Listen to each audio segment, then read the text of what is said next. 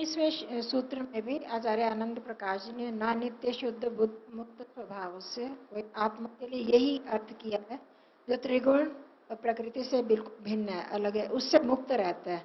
तो वहां पर चलेगा ये अर्थ? वहां पर मैंने आपके सामने जो अर्थ रखा था, इच्छा रखी थी कि आत्मा के हमेशा नित्य रूप से इच्छा रहती है, स्वभाव है उसका।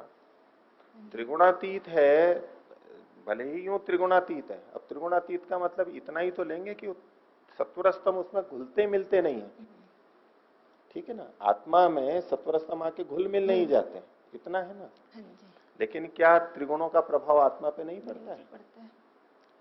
त्रिगुणों का प्रभाव शरीर पे, मन पे पड़ता है, उसका प्रभाव आत्मा पे आता है ना। ये जो सारा प्रीति अप्रीति विषाद आदि है, ये प्रीति किसमें उत्पन्न होती है? आत्मा में ही तो होती है। अप्रीति किसमें होती है? आत्मा में। सत्वर स्तंभ का प्रभाव आ रहा है नहीं बद्धावस्था में? गीता के भी श्लोक हैं और भी हैं, मनुस्मृति के हैं कि, और महर्षि ने भी लिखा है सत्यार्थ प्रकाश में कि ऐसा ऐसा हो तो समझे कि मेरे में सत्वगुण उभर रहा है, बढ़ रहा है।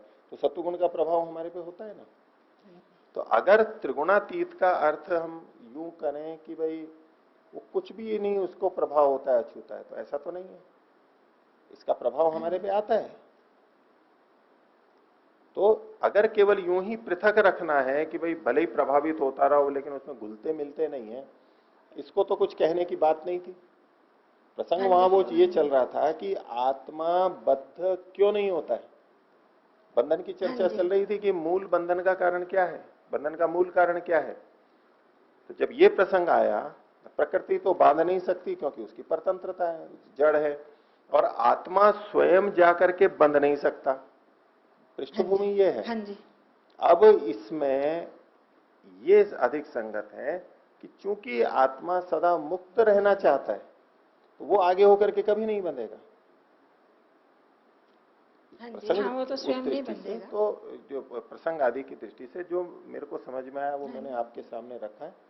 यदि उसमें भी परिवर्तन है तो ठीक है, विचारणीय तो हो ही सकती है। देखो अलग अलग व्याख्याएं होती हैं, दृष्टिभेद होते हैं। प्रकृति से छूटा हुआ, उन्होंने ये शब्द वहां पर लिखे, सर्वथा छूटा हुआ। अब ठीक है, सर्वथा छूटा हुआ है तो फिर तो हम बंधन में है ही नहीं। अभी क्या है हमारी स्थिति? क्या हम इस तरह से कहेंगे कि भाई सर्वथा छूटे हुए हैं? और सर्वथा छूटे हुए हैं तो ये सारी बंधन की मुक्ति की और त्रिविध दुखों से अत्यंत निवृत्ति की चर्चा ही फिर से क्या आवश्यकता? और ये तो सत्य है ना कि हम बंधन में हैं और बंधन से मुक्ति का उपदेश शास्त्र कर रहा है। तो प्रकृति के बंधन में तो हैं हम, प्रकृति हमें प्रभावित करती है, हम उससे प्रभावित हो रहे हैं, इसको तो कैसे निषेध कर सकते हैं? मतलब ठीक असंगति है। ठीक है जी। आचार्य जी, स्वामी जी अभी जो चर्चा चल रही है, आत्मा नित्य बुद्ध मुक्त स्वभाव वाला है, और इसके बारे में पहले भी कहा कि उसका स्वभाव मुक्त होना है, चाहता है वो मुक्त होना, मुक्त नहीं रहता। तो इसी में जो पंक्ति आई है इसका आशय यही निकल रहा है कि नित्य मुक्त होना आत्मा का स्वरूप है, अर्थात वो चाहता है, ऐसा आशय निकल रहा है। अगर यहाँ नित्य मुक्त आत्मा का स्वरूप है फिर तो ये ठीक है, ईश्वर पर घट जाता। ठीक है, तो चाहना है। हाँ, चाहता है। ये व्यावृतो होना शब्द से लगता है। व्यावृतो उभय रूपा जो सूत्र है 160वां, कि वो ना तो नित्य मुक्त है, सदा मुक्त रहता है, और न सदा बंधन में रहता है। बंधन और मुक्त दोनों से अलग है, व्यावृतो उभय रूप है, यानी दोनों उसके होते रहते हैं। तो मुक्ति आत्मा का स्वभाव है, वो सदा मुक्त रहता है, ऐसा नहीं कह के कि आत्मा स्वभावतः मुक्ति ही चाहता है, बंधन वो नहीं चाहता है। इस रूप में देखेंगे तो मुक्त स्वभाव बिल्कुल ठीक है। हाँ जी स्वामी जी। स्वामी जी, आचार्य जी, आपने बताया कि सत्य रज तम से आत्मा प्रभावित होती है। अगर ऐसा ही है तो मुक्त आत्मा भी प्रभावित होनी चाहिए जी। कहीं प्रकृति चली तो नहीं जाती? अति प्रसक्ति, तभी प्रकृति रहती ही है जी। तो मुक्त माने जो प्रभावित होता है वो चित्त ही होता है, और वो अविद्या के कारण होता है। कारण तो अविद्या ही है। जब तक मैं अविद्या में हूं तभी तक ही तो प्रभावित होता हूं। बस आपने उत्तर स्वयं ही बता दिया। तो जो यह कहा जा रहा है आत्मा प्रभावित होती है, नहीं, मैं तो आत्मा प्रभावित होती ही नहीं है। आपका मूल प्रश्न था कि मुक्त आत्मा क्यों नहीं ग्रस्त हो जाती। हाँ, तो आपने उत्तर बताया, जब तक अविद्या है तब तक इनसे ग्रसित होता है। तो इसका माने आत्मा नहीं प्रभावित हो रही, मेरी अविद्या के कारण प्रभावित हो रही। हाँ, कारण कुछ भी हो, देखिए शब्द तो आप भी वही बोल रहे हैं। आत्मा मुक्त अपने शुद्ध स्वरूप में, आत्मा स्वरूप में, जब मैं इन सब से अलग हो गया हूँ, प्रकृति से अलग हो गया हूँ, अविद्या छूट गई है, विवेक हो गया है, तो अब प्रभावित नहीं होगा। ठीक है, तो इसीलिए बद्धात्मा मुक्त आत्मा प्रभावित नहीं होती, क्योंकि वो अविद्या से रहित है। आपके प्रश्न का उत्तर आप ही के शब्दों से आ गया है। और जब हम ये कहते हैं, वाक्य पे स्वामी जी ध्यान दिलाना चाहता हूं, आपने कहा नहीं आत्मा तो इनसे प्रभावित नहीं होती, जब अविद्या होती है तो प्रभावित होती है। तो अविद्या होती है तब प्रभावित होती है, तो भी प्रभावित कौन हो रही है? आपके वाक्य से भी आ रहा है, प्रभावित तो आत्मा ही हो रही है। अविद्या से हो रही है या और किसी कारण से हो रही है, ये मुख्य बात नहीं थी। मुख्य बात ये थी कि आत्मा त्रिगुणों से प्रभावित होती है या नहीं होती। तो आपने कहा नहीं अविद्या से के कारण से प्रभावित होती है, मतलब अपने आप प्रभावित नहीं होती। ठीक है, अपने आप नहीं होती, लेकिन जब जब प्रभावित होती है तो अविद्या से प्रभावित होती है। लेकिन प्रभावित कौन हो रही है? आप ही के वाक्य से आ रहा है कि आत्मा प्रभावित होती है। तो मैं यही कह रहा हूं। देखिए आपका फिर वही प्रश्न आ गया। स्वामी जी पूछ रहे हैं कि यदि आत्मा प्रभावित होती है तो मुक्त आत्मा भी प्रभावित होनी चाहिए। उसका वही उत्तर है जो आपने दिया, क्योंकि उसके पास अविवेक नहीं होता। प्रभावित ये नहीं कहा जा रहा है कि बिना कारण के भी प्रभावित होगी, बिना कारण के प्रभावित होगी, ये नहीं होगी, तो कारण से ही, अविद्या के कारण ही आत्मा प्रकृति से प्रभावित होगी। लेकिन फिर भी प्रभावित होने की बात किसकी है? आत्मा की ही है। शुद्ध रूप में क्यों नहीं प्रभावित होती? आत्मा तो फिर भी है ना, वो क्यों नहीं प्रभावित होती? शुद्ध रूप तो मेरा ये है, जब मैं शुद्ध रूप में हूं तो मैं प्रभावित नहीं होता हूं, क्योंकि विवेक है उसके पास। अविवेक ही प्रभावित हो रहा है। विवेक प्रभावित नहीं हो रहा है ना। अविवेक, अज्ञान, अविद्या, मुझ आत्मा को तो प्रभावित पड़ेगा ही नहीं। मैं शुद्ध रूप में हूं तो शुद्ध रूप में तो मेरा वो है, मेरा शुद्ध रूप। जब अविवेक नहीं है, जब अविद्या नहीं है, जब मैं शुद्ध रूप में हूं, आत्मा प्रभावित होती है तो अब नहीं हो रही है। इसका माने आत्मा प्रभावित नहीं, अविद्या के कारण मैं समझ रहा हूं प्रभावित हो रहा हूं। मेरा वो शुद्ध स्वरूप नहीं है, मेरा फिर वही आग्रह आचर्य। आपका तात्पर्य इस रूप में ठीक हो सकता है कि अविद्या के कारण आत्मा अपने को प्रभावित समझ लेती है। हाँ। आप ये कहना चाह रहे हैं? जी, वास्तव में प्रभावित नहीं होती है, वास्तव में प्रभावित नहीं होती, वो समझ लेती है। समझ करके सुखी दुखी कौन होती है? वो ना समझिए, वो ना समझिए। अगर मैं शुद्ध रूप में हूं तो नहीं होता। नहीं, सुखी दुखी कौन होता है? नहीं, वो अलग बात, कारण नहीं होता है, कारण है उसकी वजह से। मैं पागल हो गया हूं, मैं अंधा हो गया हूं, उसका कारण है जी। लेकिन वो सब कारण नहीं है। शुद्ध रूप में आत्मा को कुछ होता नहीं।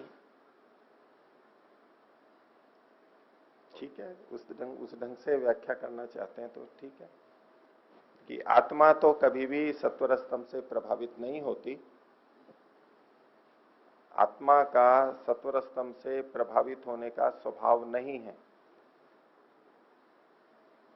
अविद्या के कारण से वो अपने को प्रभावित समझ लेती है। यही बात कुछ और शब्दों पे भी आएगी। आत्मा वास्तव में कर्ता नहीं है, अविद्या के कारण वो अपने को कर्ता समझ लेती है। आत्मा वास्तव में भोक्ता नहीं है, वो अविद्या के कारण से अपने को भोक्ता समझ लेती है। आत्मा सुखी दुखी नहीं होती, वो अविद्या के कारण से अपने को सुखी दुखी समझ लेती है। आत्मा तो बुद्ध स्वभाव वाली है, ज्ञान स्वभाव वाली है, अविद्या के कारण से वो अपने को अज्ञानी समझ लेती है, वास्तव में नहीं होती है। ये सारी बातें आएंगी उसी शैली से, और ऐसा एक बहुत बड़ा वर्ग मानता भी है। बहुत बड़ा वर्ग यही मानता है, जो मैं सुबह भी चर्चा कर रहा था कि आत्मा को अगर प्रभावित होने वाला मान लिया जाए तब तो वो परिणामी हो जाएगा, अनित्य हो जाएगा। इसलिए आत्मा न करता है, न भोगता है, न सुख दुख है। तो सुख दुख भी कहाँ हो रहे हैं? अंतःकरण में, जड़ प्रकृति में हो रहे हैं। ज्ञान अज्ञान भी कहाँ हो रहा है? जड़ प्रकृति में हो रहा है। भोग भी किस में हो रहा है? जड़ प्रकृति में हो रहा है। तो ये सारी चीजें, भोक्तृत्व सारा का सारा उस सिद्धांत से चलेंगे तो जड़ प्रकृति में मानना होगा, जबकि अब यहां एक सिद्धांत बहुत स्पष्ट है, चिदवसानो भोगः, भोग की प्राप्ति चेतन को ही होगी, जड़ तो अनुभव कर ही नहीं सकता है। तो सुख दुख चाहे अज्ञान से अनुभव करता हो, अज्ञान अविवेक से करता है, उसका कोई निषेध ही नहीं है, वो तो सब स्वीकार कर ही रहे हैं, लेकिन फिर भी करने वाला कौन है? करने वाला कौन है? अनुभव किसको होता है? तो वो चेतन तक ही पहुंचता है, ऐसा समझ में आता है। ठीक, ये बात तो ठीक है, कर्तृत्व उसी में है, भोक्तृत्व आत्मा में ही है, ये तो बिल्कुल ठीक है। सुख दुख की अनुभूति भी उसी को होती है, ये भी ठीक है। लेकिन जो उससे प्रभावित होने वाली बात है, सतरस्तम का प्रभाव पड़ रहा है उस पर, शुद्ध रूप में आत्मा में प्रभाव नहीं पड़ता है जी, वो इस रूप में तो ठीक है कि आत्मा में कोई परिवर्तन नहीं होता है कि सत्वर स्तंभ आकर के उसको कुछ गीला कर दें या उसको कुछ जला दें, उसमें कुछ तात्विक रूप से परिवर्तन कर दें, इस रूप में तो ठीक है, कोई परिवर्तन नहीं होगा, वो परिणामी है, नित्य है। लेकिन प्रभावित होना क्या है? प्रीति अप्रीति, विषाद, सुख दुख, मोह, ये जो स्थितियां बनती हैं, इस रूप में तो आत्मा प्रभावित होती है, ये आत्मा का स्वभाव है। तो प्रभावित नहीं होती, इसको हमें व्याख्या करनी पड़ेगी कि इसका तात्पर्य क्या है, कहना क्या चाहते हैं प्रभावित नहीं होने का। यदि प्रभावित होने नहीं होने का ये अर्थ है कि सुख दुख भी नहीं होता, मोह भी नहीं होता, कुछ भी नहीं होता, तो फिर तो योगियों को भी जो संसार में दुख दिखाई देता है वो भी अविद्या के कारण से दिखाई देता है। संसार में दिख रहा है। रोगी योगियों को जो संसार में दुख दिखाई देता है ना, वो भी क्यों दिखाई देता है? अविद्या के कारण से, क्योंकि आत्मा तो कभी दुखी होता ही नहीं, प्रभावित होता ही नहीं है। तो प्रभावित नहीं होने का ये अर्थ नहीं लिया जा सकता। वो तो विवेकी लोग दुख देखते हैं, सामान्य व्यक्ति को दुख नहीं दिखाई देता है, सुख में भी। तो परिणाम ताप संस्कार दुख गुण वृत्ति विरोध दुखा दुखमेव सर्वम विवेकी न, वो अविवेकी नहीं है, विवेकी हैं और उनको दुख दिखाई दे रहा है, उन्होंने दुख भोगा है और उस दुख से निवृत्ति के उपाय बता रहे हैं। तो विवेकी व्यक्ति को भी दुख तो होता है, इस रूप में तो वो भी प्रभावित होता है।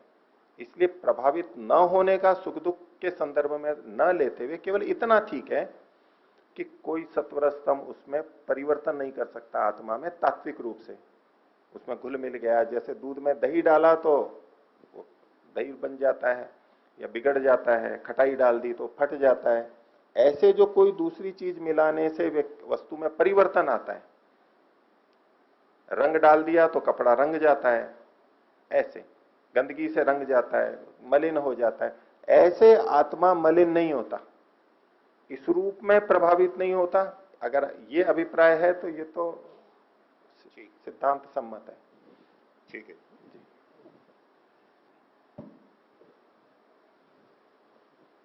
बोलिए।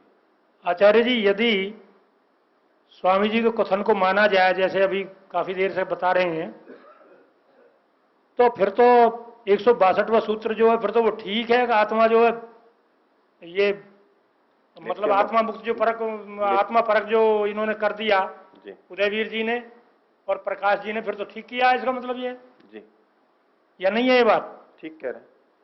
यदि स्वामी जी की बात को स्वीकार किया जाए तो फिर तो ठीक है। हो गई बात, दोबारा मत बोलिए, आ गई आपकी बात, ठीक, आपकी बात से सहमति है। जी मुनि जी, ओम मुनि जी। ओम ओम नमस्ते जी। मैं ये चिंतन कर रहा था कि आत्मा को अल्पज कहा जाता है और हम सामान्य भी देखते हैं कि किसी से कोई त्रुटि हो जाती तो आप जैसे गुरुजी जी कहते हैं, अरे तुझे नहीं पता ये अल्पज है, ये अंधा है, तो इसके साथ में क्यों लगता है, ये अल्पज है। तो अल्पज से तो गलती होंगी ही, आत्मा को तो अल्पज कहा ही है, तो फंसेगा कौन?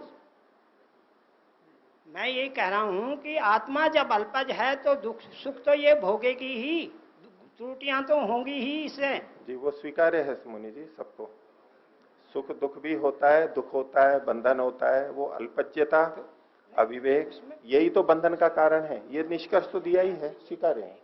जी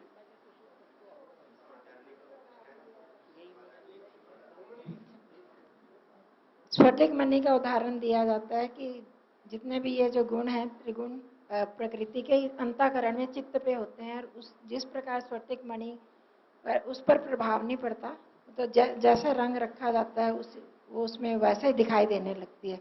तो क्या आत्मा के साथ ये उदाहरण?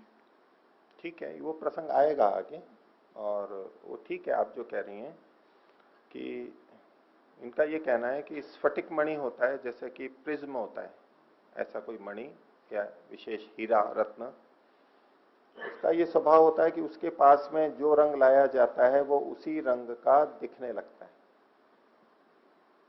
वो वस्तु हरा रंग लाया तो हरा, लाल पुष्प लाया तो वो भी लाल रंग का दिखने लगता है। ऐसा कोई मणि, हीरा, ऐसा कोई बिल्लोरी पत्थर जो भी होता है वो ऐसा होता है। इस उदाहरण को देते हुए ये कहा जाता है कि चित्त में जैसी स्थिति बनती है, मणि की तरह तो हो गया आत्मा, और मणि के पास में जो पुष्प आदि या रंगीन चीज लाई गई वो हो गया चित्त या मन। वहां जो सत्वर स्तंभ की स्थिति बनती है वैसा ही आत्मा अपने को समझ लेता है। अब वो मणि भिन्न भिन्न रंग वाला दिखाई तो देता है, लेकिन वास्तव में वो उस रंग वाला होता नहीं है। वास्तव में तो उसका जैसा स्वरूप है वैसा ही है। उस पास वाली चीज को हटाते ही वो वापस अपने रूप में है।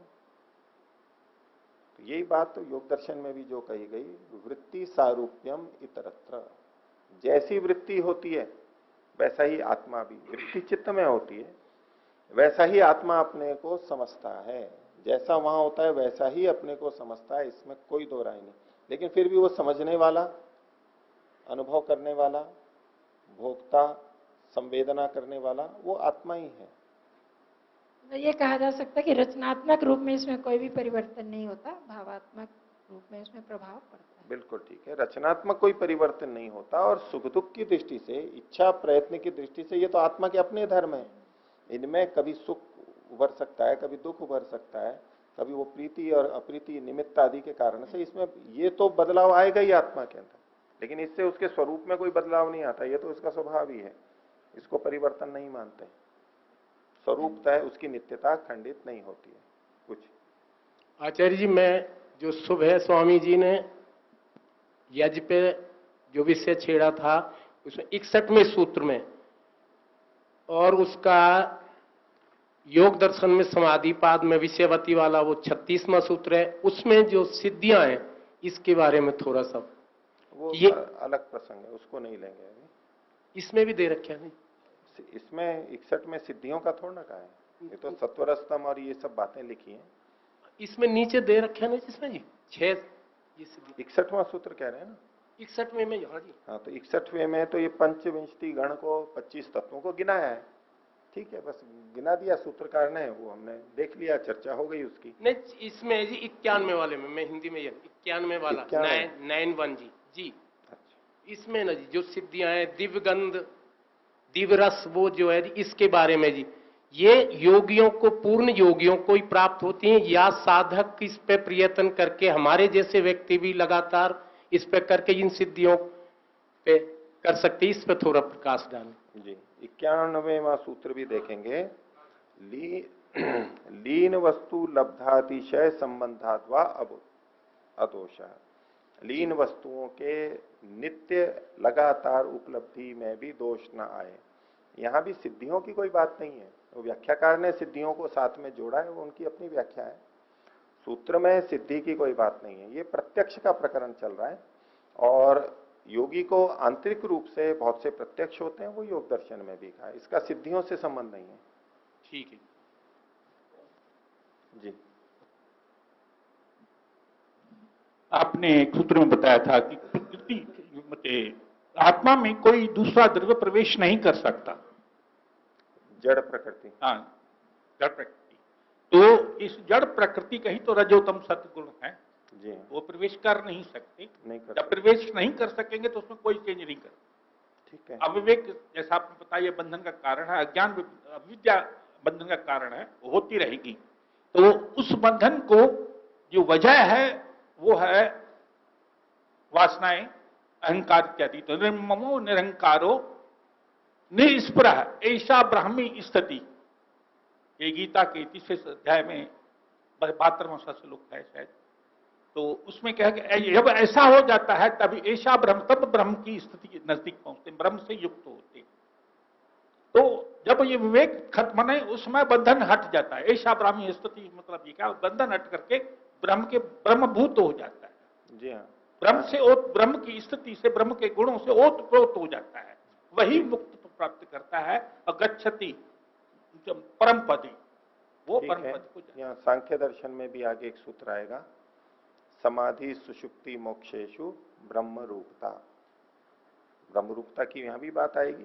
ब्रह्म जैसा हो जाता है वो तात्पर्य वहीं पर ही विस्तार से समझेंगे। और अभी तक का जो पाठ है इसमें और कोई पाठ से संबंधित प्रश्न हो तो पूछे, नहीं तो इसको हम यहीं पर ही समाप्त करते हैं।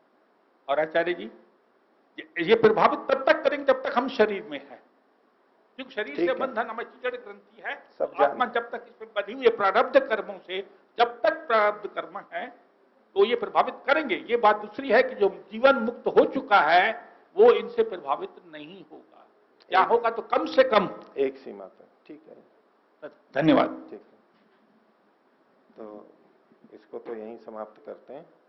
प्रणव।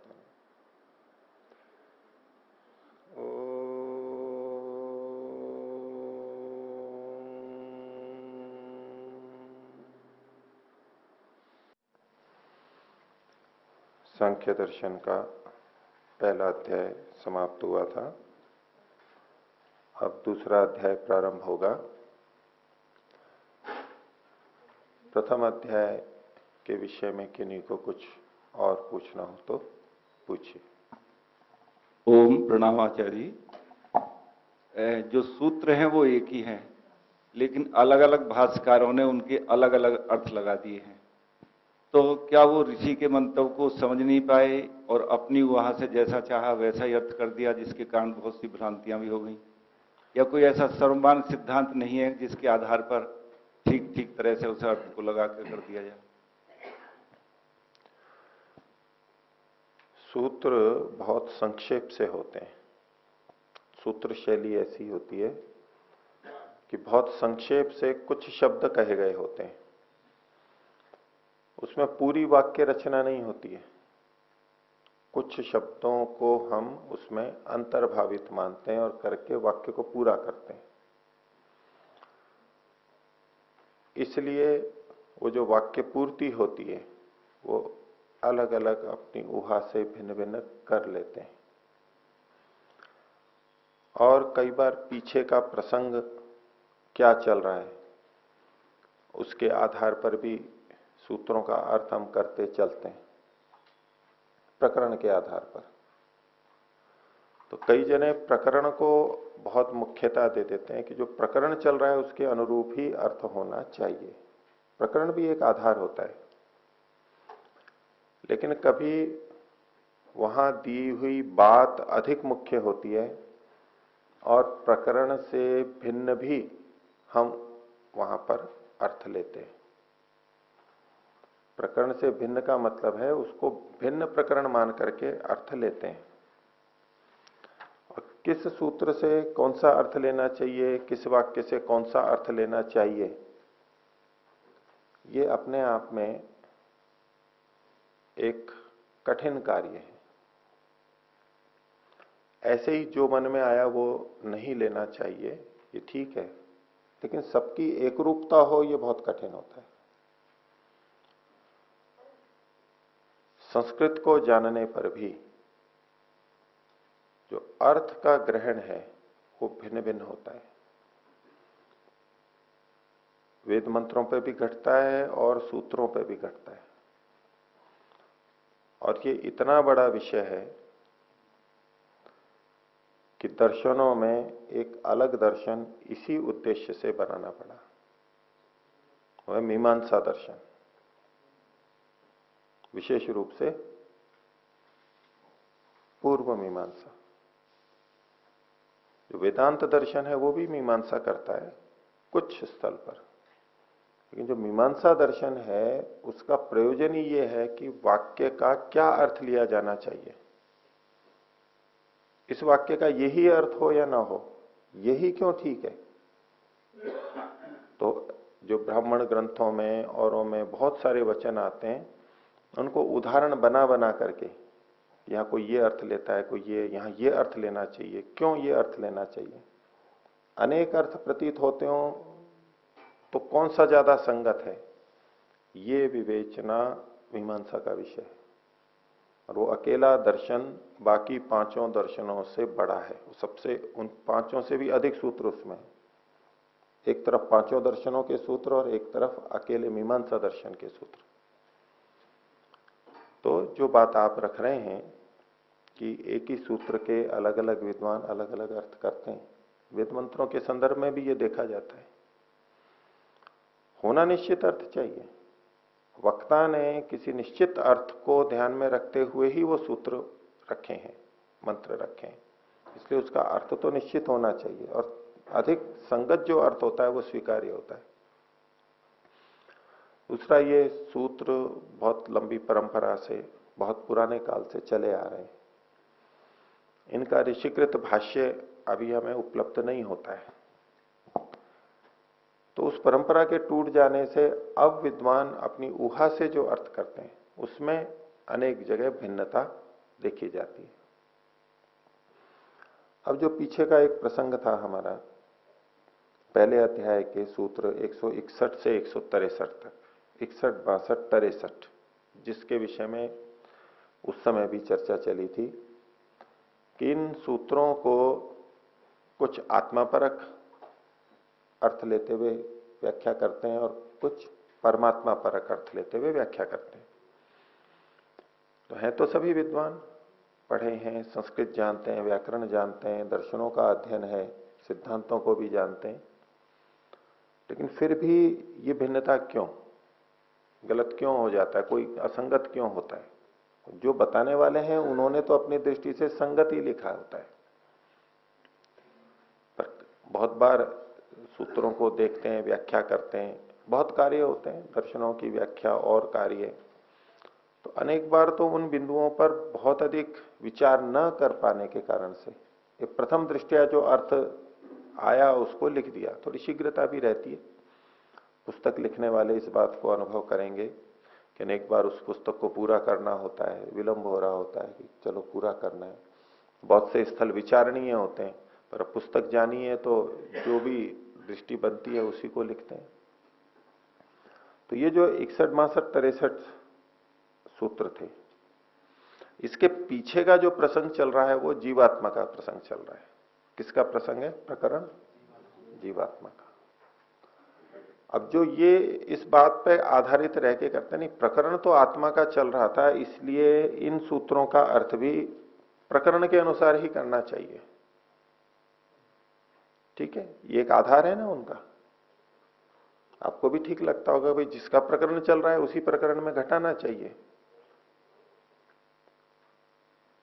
लेकिन मीमांसा दर्शन का एक सिद्धांत है, जहां भिन्न भिन्न चीजों से अर्थ प्रतीत हो रहे हो तो वहां किसको बलवान माना जाए? तो वहां पर श्रुति, लिंग, वाक्य, प्रकरण, स्थान और समाख्या, ये मीमांसा की बहुत महत्वपूर्ण बात है। श्रुति, लिंग, वाक्य, प्रकरण, स्थान और समाख्या, 6 चीजें हैं। अभी आप उसमें अधिक मत जाइएगा, ये तो विस्तृत विषय है। इन 5 से अर्थ हम ग्रहण करते हैं, सब मान्य है। समाख्या ये है जो व्याकरण से अर्थ पता लगता है हमें, शब्द शास्त्र से, शब्द रचना से, शब्द की प्रकृति प्रत्यय से जो अर्थ आता है वो समाख्या है। तो इन 6 तरह से हमें अर्थों का बोध होता है, लेकिन इनमें से किसी से कुछ अर्थ आ रहा हो, किसी से कुछ अर्थ आ रहा हो, तो किसके अनुसार अर्थ लेना चाहिए, किसकी प्रबलता माने? एक को तो हटाना पड़ेगा, एक को हटाना होगा, तो कौन सा अर्थ लें? तो उसमें इन्होंने बलवत्ता का निर्धारण किया है। इसमें जो पहले वाला है वो अधिक बलवान होता है, तो बाद वाले का अर्थ छोड़ा जाता है।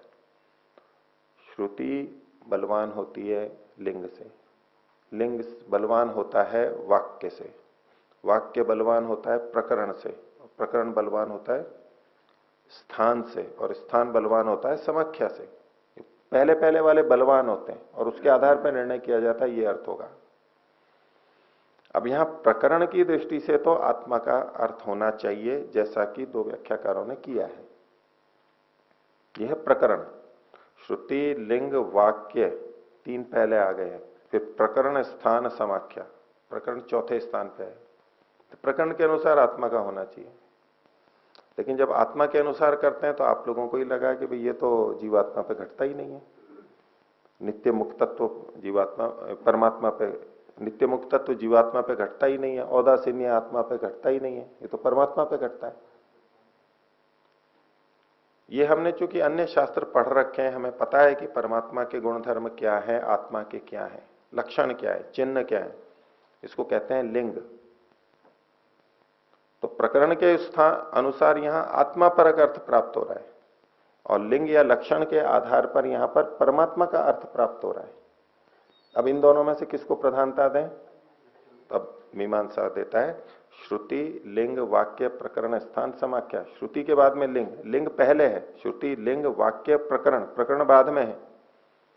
इसलिए प्रकरण की अपेक्षा लिंग को अधिक महत्ता दी जाएगी, इसलिए परमात्मा परक अर्थ यहां पर अधिक संगत है, हमारे को संगति भी प्रतीत होगी। इनका जो प्रश्न है कि क्या कोई ऐसा निर्धारक तत्व है, मापक तत्व है कि यहां यही अर्थ क्यों ठीक है? अब यूं तो सभी कहने लगेंगे नहीं, भाषा है, संगति अपनी अपनी लगाएंगे। नहीं, उसका निर्धारक तत्व है। इतना बड़ा शास्त्र मीमांसा इसीलिए लिखा गया है क्योंकि ये बड़ी समस्या है, पहले से रही है। इस वाक्य का यही अर्थ क्यों हो, दूसरा क्यों नहीं हो सकता? अब दो जने अलग अलग अर्थ कह रहे हैं तो कोई पैमाना है या नहीं है कि यही ठीक है या यही ठीक है?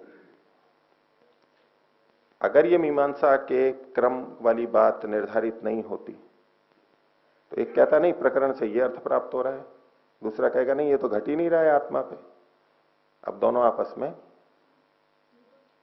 विरोध होता और आपस में करते। वो कहता नहीं प्रकरण के अनुसार आत्मा का ही होना चाहिए, वो कहता नहीं लक्षण तो घट ही नहीं रहे। अब किसकी बात मान्य होगी? सामान्यतया हम देखें तो कहें नहीं प्रकरण की बात मानो, प्रकरण से भिन्न जाकर के थोड़ा ना बात कर सकते हो। प्रकरण यहां तक चला, आत्मा परमात्मा का दोनों का ही प्रकरण है एक तरह से, तो अभी आत्मा का चल रहा था। अब यहां सूत्रों में नहीं देखते हैं, कभी प्रकृति का वर्णन आ गया, कभी आत्मा का आ गया, कभी परमात्मा का आ गया। तो वहां कोई ऐसा प्रकरण का निर्धारण थोड़ा है कि भाई यहां तक तो आत्मा का ही चलेगा, उसके बाद फिर दूसरे का चलेगा। सूत्रों, कुछ सूत्र उसके आ गए, कुछ सूत्र उसके आ गए, तो ये तो प्रकरण तो बदलता ही रहता है। यहाँ पर एक प्रसंग पूरा हो गया तो दूसरा चालू हो जाता है। वहां ऐसा थोड़ा ना होता है कि यहाँ रेखा खींची हुई है और ये अध्याय बदल गया और ये हो गया। ये तो सूत्र लगातार चलते आ रहे हैं। तो इसलिए ये कोई ऐसा निर्धारक नहीं है कि 160 तक आत्मा का प्रकरण था तो 161 में भी आत्मा ही जाना चाहिए, ये कोई आवश्यक नहीं है। लेकिन हाँ, कोई कह सकता है नहीं प्रकरण चल रहा था तो होना चाहिए। तो यहां ये ऋषियों ने निर्धारण किया है कि जब ऐसे विरोध आ रहा हो, लक्षण दिख रहे हैं किसी के और प्रकरण दिख रहा है किसी और का, तो प्रकरण को गौण करके चिन्ह को, लक्षण को प्रमुखता देते हुए वो अर्थ करना चाहिए। ये एक निर्धारक तत्व आपको उपनिषदों में बहुत जगह मिलेगा। वहां ऐसे ऐसे शब्द आते हैं जिसमें वो शब्द आत्मा पे घटता ही नहीं है, वो तो परमात्मा पे घटता है। और प्रसंग चल रहा था आत्मा का, तो अधिकतर लोग यही कहते हैं देखो प्रसंग आत्मा का चल रहा था, ये बीच में जो वर्णन आया ये भी आत्मा का ही होना चाहिए। इस आधार पे वो आत्मा को भी विभू मानने लगते हैं, जो कि परमात्मा का लक्षण है, लेकिन आत्मा में घटाने लगते हैं। कहते हैं नहीं प्रसंग ये चल रहा था, तो भले ही प्रसंग वो चल रहा हो, प्रसंग से भी बलवान दूसरी तीन चीजें और होती हैं, श्रुति, लिंग और वाक्य। अधिकतर भ्रांतियां इसीलिए वो कहते हैं नहीं प्रसंग ये चल रहा था। अब प्रसंग से भिन्न अर्थ कर दो तो तत्काल कहते हैं तो प्रसंग से भिन्न अर्थ कर रहे हो आप। और हमारे मन में भी यही आता है कि हाँ ये तो प्रकरण से भिन्न अर्थ कर दिया, ये तो गलत है। प्रसंग से भिन्न भी अर्थ होता है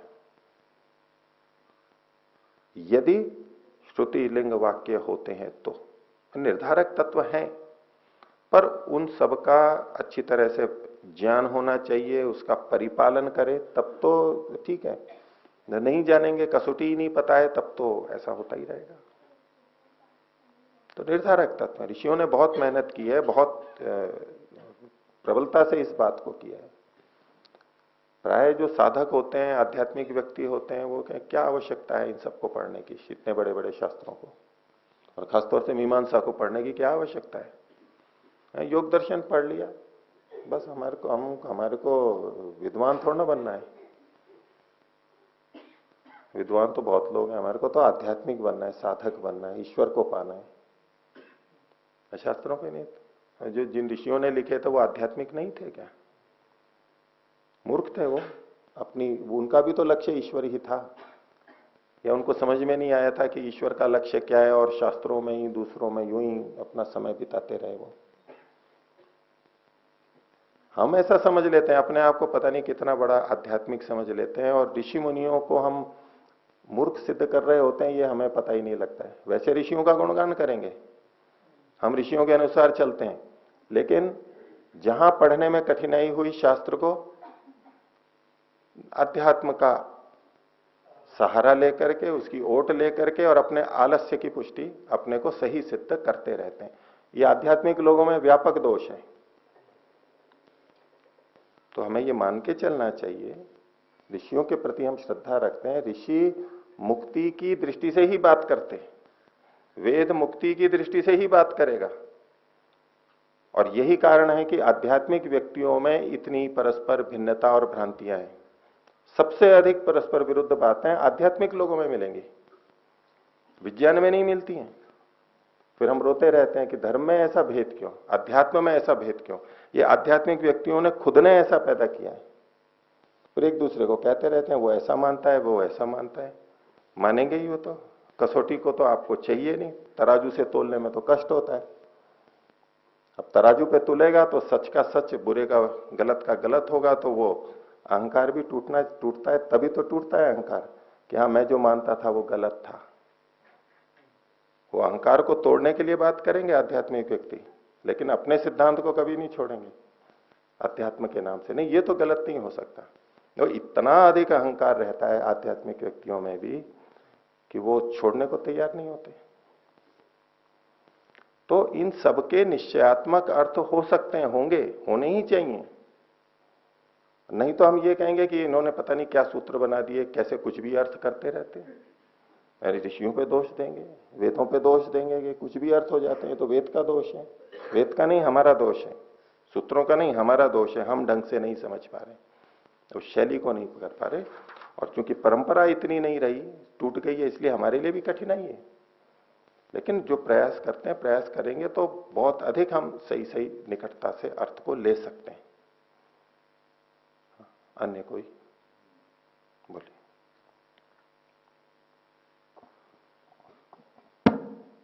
ये जो कल 5वां प्रश्न था 10 नंबर का है, इसमें हमें क्या क्या लिखना था ये समझ में आया। पाठ के पिछले पाठ के बारे में पूछना था। आचार्य जी, आत्मा को निर्गुण कह रहे हैं, तो सुख दुख इच्छा द्वेष प्रयत्न, फिर ये गुण मानेंगे या नहीं मानेंगे? गुण है ये। अब यहां भी यही विरोध आएगा कि निर्गुण कहा। निर्गुण का अब शाब्दिक अर्थ लेंगे, जैसा ये ले रहे हैं अभी, कि जिसमें कोई गुण ही ना हो, जिसमें कोई गुण ही ना हो उसे निर्गुण कहते हैं। और दूसरी तरफ सुख दुख इच्छा द्वेष प्रयत्न, ये गुण माने, धर्म माने। तो कौन सी बात ठीक है? अब यहां सब जगह विवेचना करनी होती है, सब जगह विवेचना करनी होती है कि यहां इस शब्द का क्या अर्थ लिया जाए। सुख दुख इच्छा द्वेष प्रयत्न आत्मा के धर्म हैं, ये वाक्य मिलता है हमारे को सीधे सीधे, वाक्य प्रमाण है, वचन मिल रहा है हमारे को, श्रुति मिल रही है, यानी शास्त्र शब्द प्रमाण मिल रहा है सीधा, वाक्य नहीं, श्रुति मिल रही है हमारे को। ठीक है, वेद के बहुत सारे मंत्र हैं जिसमें आत्मा की इच्छा और सुखी दुखी होना, ये सब वर्णन मिल रहे हैं, श्रुति है हमारे को। इसलिए इसका तो हम निषेध कर नहीं सकते, ये तो मानना ही है हमारे को। ठीक है, अब है कि फिर निर्गुण गलत हो जाएगा, निर्गुण जो कथन किया, नहीं वो भी गलत नहीं होगा। हमें ये मान के चलना है कि ये परस्पर विरुद्ध कथन नहीं है। तो अब हमें स्थिति के अनुसार निर्गुण शब्द का अर्थ लेना होगा। ये अर्थ नहीं लेंगे कि उसमें कोई गुण ही नहीं होता है, ये तो सीधा विरोध आएगा। और न जाने कितने शास्त्र चर्चाएं यूं ही चलती रहती हैं कि सगुण है या निर्गुण है, ये है या वो है, उसमें ही विरोध होता रहता है। वो उस प्रमाण को देगा या वो इस प्रमाण को देगा, तो परस्पर विरुद्ध थोड़ा है ये प्रमाण। तो निर्गुण का मतलब है कि आत्मा में तीनों गुणों से भिन्न है, सत्वर स्तंभ से, और सत्वर स्तंभ इत्यादि निमित्तों से उसके अंदर स्वरूप में कोई परिवर्तन नहीं आता है, कोई नैमित्तिक गुण उसमें नहीं आता है। ये उसके जो अपने गुण धर्म हैं उनमें उभार और नीचे होना, उद्भव अनुद्भव होना, ये तो होगा, लेकिन और चीजें कुछ उसमें आ जाएं, इस रूप में वो निर्गुण है। नैमित्तिक गुण उसमें ऐसे बाहर से उसके अंदर स्वयं में आ जाए, ऐसा नहीं होता है। उन्हीं गुणों का निषेध वहां पर माना जाएगा। उसके जो अपने स्वाभाविक गुण धर्म हैं वो तो उसमें माने ही जाएंगे, उसका निषेध नहीं माना जाएगा। और निर्गुण के साथ में यहां पर असंग शब्द साथ में आ ही रहा है, ठीक है। असंगो ही अयम पुरुष है, और उसी संदर्भ में निर्गुण आ रहा है। तो अब इसको निर्गुण को आप देखिए, निर्गुण को किस संदर्भ में देखा जा रहा है? असंग के संदर्भ में। असंग का क्या मतलब है? जिसका दूसरे से संग ना हो। तो संग शब्द संयोग को बताता है, जो कि दूसरे की उपस्थिति को बता रहा है। दूसरे के साथ उसका संग नहीं होता, वो उससे लिप्त नहीं होता, असंग है, अलिप्त है। तो दूसरा आ गया, यानी ये नैमित्तिक गुण का है, और इस संदर्भ में निर्गुण कहा जा रहा है। तो यहां निर्गुण का मतलब दूसरों के गुण जो अंदर आ जाते हैं वो इसमें नहीं है, अपने आप में वो वैसा का वैसा रहता है। और ये इसलिए भी कहा जाता है खास तौर से क्योंकि हम बद्धावस्था में अपने को संग दोष से युक्त पाते हैं। बद्धावस्था में हम अपने को काम, क्रोध, लोभ, मोह इन सब से युक्त बिल्कुल हम ऐसे ही बन गए, ऐसा ही प्रतीत होता है। तो अविवेक से संग प्रतीति होती है और मेरे में ही सारा परिवर्तन होता है, ये प्रतीति होती है। इसलिए भी वो खास तौर से कहा जाता है कि ये असंग है, निर्गुण है। ये विवेक की स्थिति में कहा जा रहा है कि वास्तव में ये असंग है, वास्तव में ये निर्गुण है। ये फिर ज्ञान के संदर्भ में तो ज्ञान स्वरूप माना, ज्ञान को गुण नहीं माना इन्होंने। फिर चित धर्म, न चित धर्म करके कहा था ना, निर्गुणत्वात् न चित धर्म। फिर इसकी संगति किस प्रकार से लगाएंगे? इसकी भी उसमें कि जो जानने का उसका स्वभाव है, जानने का उसका जो अपना स्वभाव है वो उसका अपना है। हाँ, ज्ञान दूसरों से प्राप्त होता है एक अलग बात है, लेकिन जानने का स्वभाव उसका अपना है।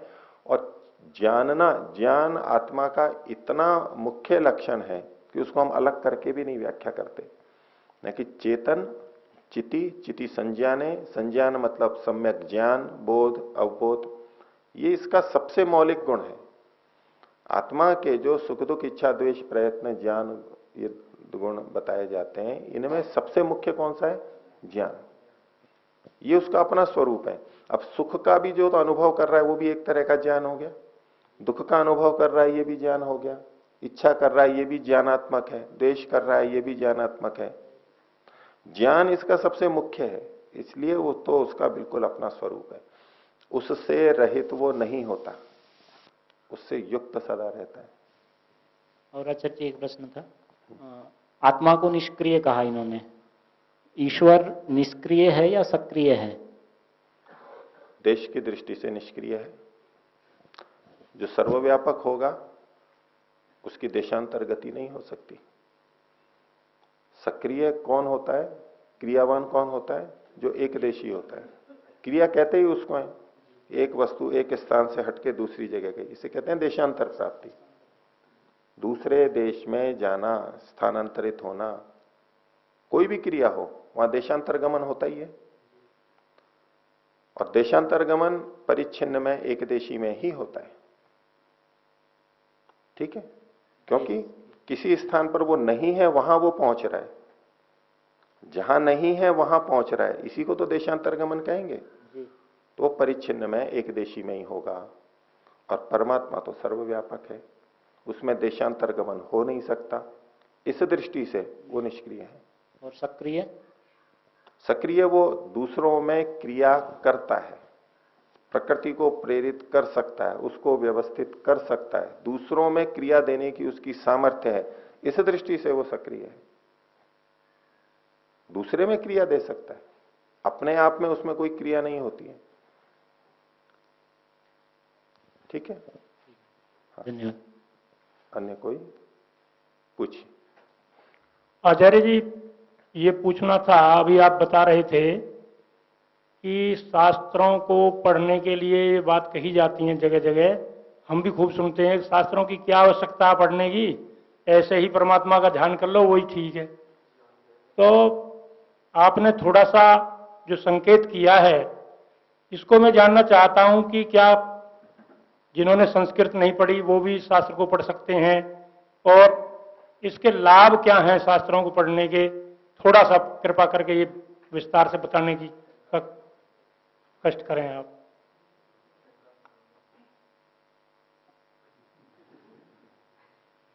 देखिए, वैसे तो आप शास्त्र पढ़ ही रहे हैं ये, और आप वैसे आध्यात्मिक होते तो शायद यहां उपस्थित नहीं होते, या यहां आते तो 2-3 दिन में ही यहां से चले जाते। आपको लगता है कि ये तो आध्यात्मिक लोगों के लिए नहीं है, ऐसा कई जने अनुभव भी करते हैं। ये तो तर्क वितर्क चल रहे हैं, बातें चल रही हैं, शब्द प्रमाण चल रहे हैं, इसलिए आध्यात्मिक व्यक्ति यहां टिक नहीं सकता अधिक दिनों तक, शास्त्रों को अधिक नहीं पढ़ सकता। कोई किसी कारण से बैठा हो, कोई किसी कारण से बैठा हो, कई कारण हो सकते हैं। कोई रुचि से बैठा है, किसी को बैठना मजबूरी है तो बैठा हुआ है, कोई ले आया तो अब क्या करे, बड़ों ने कह दिया तो इसलिए क्या करें, या हम व्यवस्थापक हैं हमारे को तो बैठना ही होगा तो क्या करें, वो एक अलग बात है। लेकिन आप देखेंगे आध्यात्मिक व्यक्ति थोड़े ही 1-2 कक्षाओं में, 1-2 दिनों में किनारा कर जाते हैं। ठीक है, उनको ध्यान उपासना वही अच्छे लगते हैं। जिन्होंने सब कुछ समझ लिया है उनके लिए तो कोई आवश्यक है ही नहीं, ठीक बात है, वो तो अब उसका व्यवहार करते हैं, साधना में जाते हैं। लेकिन इनको ठीक तरह से समझना, बहुत सारी बातों को, आध्यात्मिक व्यक्तियों में बहुत अधिक भिन्नताएं होती हैं, विचारों की, सिद्धांतों की, वो आप लोग सब अनुभव करते हैं, और अलग अलग जगह अध्यात्म को सीखने के लिए जाते भी रहते हैं। वो ये कह देते हैं, वो ये कह देते हैं, वो ये कह देते हैं। ये व्यापक समस्या है या नहीं है? ये सबकी होगी समस्या, और जाते रहते हैं, भाई कुछ हुआ नहीं वहां जाओ, और वो कई जगह जाके वो और अधिक उलझ जाता है, ये भी एक कारण बनता है। तो यही इस बात को बताता है कि क्यों ऐसा हो रहा है। सब तो ठीक नहीं हो सकते, परस्पर विरुद्ध बातें भी बोलते रहते हैं, और वैदिक धर्म आर्य समाज के साधकों को छोड़ करके दूसरी जगह चले जाएंगे तो और पता नहीं क्या क्या मिलता है। इनमें ही भिन्नता रहती है, वहां तो बहुत कुछ है। तो अभी जो स्थिति है बड़ी अव्यवस्था वाली है, तो आखिर हम पहुंचे कैसे ठीक तरह से? स्वयं हम निर्णय कर नहीं सकते पूरा पूरा, और नहीं तो फिर ठीक है, जो ठीक लगा वो कर रहे हैं, जिसको जो भाया वो कर रहा है, वो ठीक है, वो ऐसे भी बहुत चलने वाले हैं, मेरे को तो यही लगता है, ठीक है करते रहिए।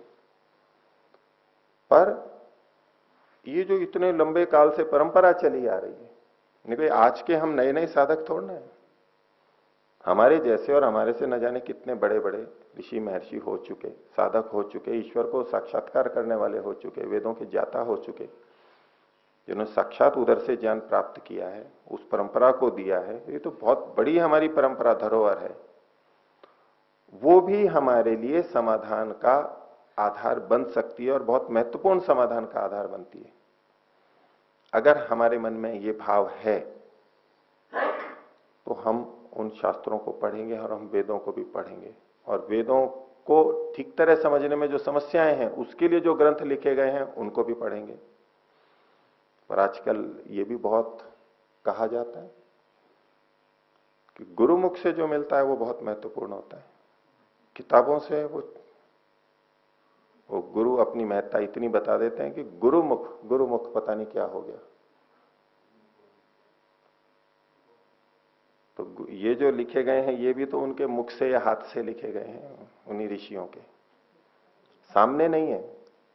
तब गुरुमुख तो गुरुमुख की तो कोई कसौटी होती नहीं है। गुरु ने तो जो कह दिया वो मान लो, बस वैसा ही मानना है, क्योंकि बिना श्रद्धा के अध्यात्म चलेगा नहीं। श्रद्धा रखनी चाहिए। शंका की, संशय किया तो संशय आत्मा विनश्यति, अध्यात्म ही नष्ट हो जाएगा। इसलिए उसके पूछने के या गुरु पे जो समस्याएं आती उसके सबके लिए उपाय कर रखे हैं अच्छी तरह से, कि भक्त को भक्ति का स्वरूप ही ये बता दो कि वो पूछे ही नहीं कुछ। बड़े मनोवैज्ञानिक ढंग से ऐसे जाल में फंसा रखा है कि बोतल में ऐसा उतरता है आदमी की सोचता है यही मेरे लिए सबसे हितकर है, और उसको पता भी नहीं लगता। इतना मीठेपन से, इतने अध्यात्म के नाम से ये किया जाता है। जैसे संसार में शोषण होता है, मिथ्या बातें बताई जाती हैं, ऐसा अध्यात्म में भी बहुत होता है, और पता तक नहीं लगता कि हमारा शोषण हो रहा है या हमारे को गलत ढंग से बताया जा रहा है, और गुरु का भी अपना कुछ स्वार्थ है या वो जानते नहीं है इसलिए ऐसा कह रहे हैं। पता ही नहीं लगता है, चलते रहते हैं, क्योंकि हम श्रद्धावनत हो जाते हैं। वहां फिर आगे हम अपने सोच के, तर्क वितर्क करने के, पूछने के द्वारों को बंद कर देते हैं। वो फिर वो भेड़ चाल हो जाती है, चलते रहते हैं।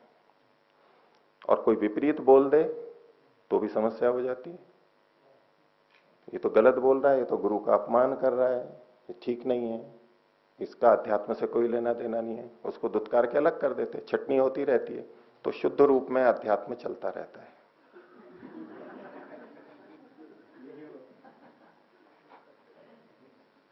उनकी दृष्टि से वो ऐसा सोचते हैं कि ये जो विराजक क्या कहते हैं, विजातीय तत्व है या तो अराजक तत्व है। अराजक तत्व होते हैं जो अराजकता पैदा करते हैं, उसको छांटते रहते हैं। छटनी बहुत अच्छे ढंग से होती है, पूरे प्रयास से होती है, पूरा सुरक्षित रखते हुए निर्बाध रूप से अध्यात्म में चल सके, उसकी पूरी व्यवस्था है। तो लेकिन जिनको जो थोड़े से अराजक तत्व हैं,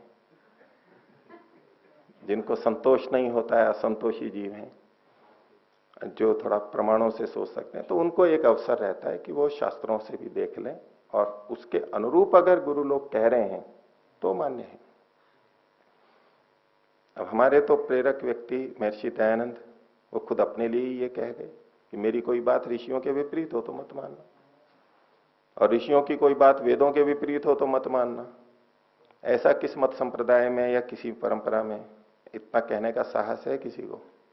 कोई कहते हैं क्या? कोई हो, इक्के दुक्के हो, तो जानकारी में तो ऐसा नहीं। मैं, हमारे गुरुजी ने जो कहा है, ये जो पुस्तक है, बस इसके अतिरिक्त कुछ नहीं है। वो तो उनकी शुरुआत ही वहीं से होती है। तो ये तो निश्चित मान के चलना होगा कि जो सत्यग्राही है वही मुक्ति को पा सकता है, नहीं तो मुक्ति पा नहीं सकता। वो असत्य में रहेगा, सोचता रहेगा मैं सत्य में हूं, चलते रहिए।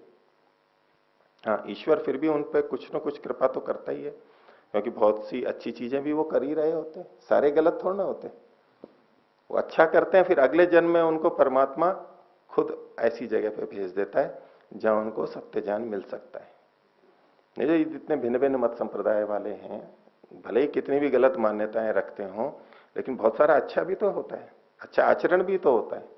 उनको पता ही नहीं लगता है क्या गलत है, लेकिन जो अच्छा है वो करते रहते हैं। अच्छे व्यक्ति बहुत होते हैं उनमें भी, उन पर भी ईश्वर की कृपा होती है। आगे उनको अगला जन्म ऐसे स्थान पर, ऐसी स्थिति में उनको संपर्क होगा सत्य के साथ में, पहुंच तो वो भी जाएंगे। जो ईमानदारी से लगाए पहुंचेगा तो वो भी, पर अगर जल्दी से करना हो तो हमको ऋषि और ये मिलते हैं, इनसे कसौटी कस के हम देख लेते हैं। इसलिए इनको पढ़ना चाहिए। और योग दर्शन में भी जो साधना की भी बात करते हैं, तो योग दर्शन में नियमों में भी तो स्वाध्याय लिखा है, और स्वाध्याय के दो अर्थ किए गए हैं, मोक्ष शास्त्रों का अध्ययन और प्रणव जप, दोनों है। मात्र प्रणव जप नहीं है, मोक्ष शास्त्रों का अध्ययन भी है। और ये सब मोक्ष शास्त्र हैं, ये मुक्ति को ध्यान में रख करके लिखे। आप इस सांख्य दर्शन का भी प्रारंभ देखेंगे तो शुरुआत ही वहीं से ही है, मूल विषय ही यही है इनका। तो उन मोक्ष शास्त्रों का अध्ययन करना ही चाहिए हमें। हम हमेशा ध्यान में नहीं बैठे रहते, फिर वो ध्यान में बैठे बैठे कौन क्या कर रहा है पता ही नहीं है, शून्य समाधि भी लगती रहती है। तो वो भी होती रहती है, निद्रा भी आती रहती है, क्या कर रहे हैं, कहाँ मन जा रहा है, कल्पना के घोड़े जहां दौड़ाने हैं दौड़ा रहे हैं, ये अनुभूति हो रही है, इससे ये हो रहा है, ये हो रहा है, पता नहीं कौन कौन सी कल्पनाएं करते रहते हैं, चलते रहते हैं, उसी के आधार पे चलते रहते हैं। जैसे आंख बंद करके कोई जंगल में चले तो अनुभूतियां तो होंगी, पर बस वो आंख बंद करके जहां जहां जाएगा वो अनुभूतियां होती रहेंगी। उसका ये मतलब नहीं है कि वो जंगल पार कर जाएगा। तो उसके लिए तो देखना होगा कि दूसरे कैसे चले हैं, क्या लिखा है, उससे कसौटियों से कस कस करके देखना होता है। इसलिए जिनकी सामर्थ्य है, समय है, उनको अवश्य समय लगाना चाहिए, जैसे कि आप अभी लगा रहे हैं। ये तपस्या है शास्त्रों को पढ़ना। हर कोई नहीं बैठ सकता, हर कोई शास्त्र में दिमाग नहीं लगा सकता, ऊब जाएगा वो।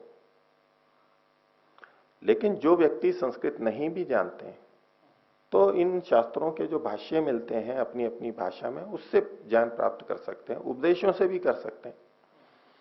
जिनका और कोई उपाय नहीं है वो तो उनके लिए तो यही है, जो उपदेश मिल रहे हैं गुरुजनों से, माता पिता से, उसके अनुसार ही चले। फिर जैसे जैसे योग्यता बढ़ती जाती है और जागरूक रहे, विरोधी बातें आती हैं तो फिर पूछे किसी और से। तो जो स्वयं शास्त्र नहीं पढ़ सकते तो दूसरों से करना ही होता है उनको, वो स्वयं नहीं कर पाते, कोई बात नहीं, फिर भी बहुत कुछ कर सकते हैं।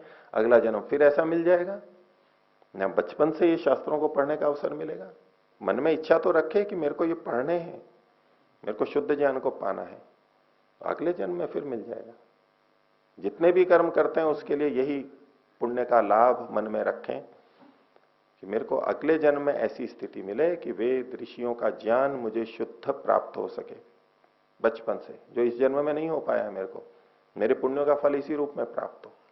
ये कामना कर सकते हैं ताकि मैं मुक्ति पर ठीक तरह पहुंच सकूं।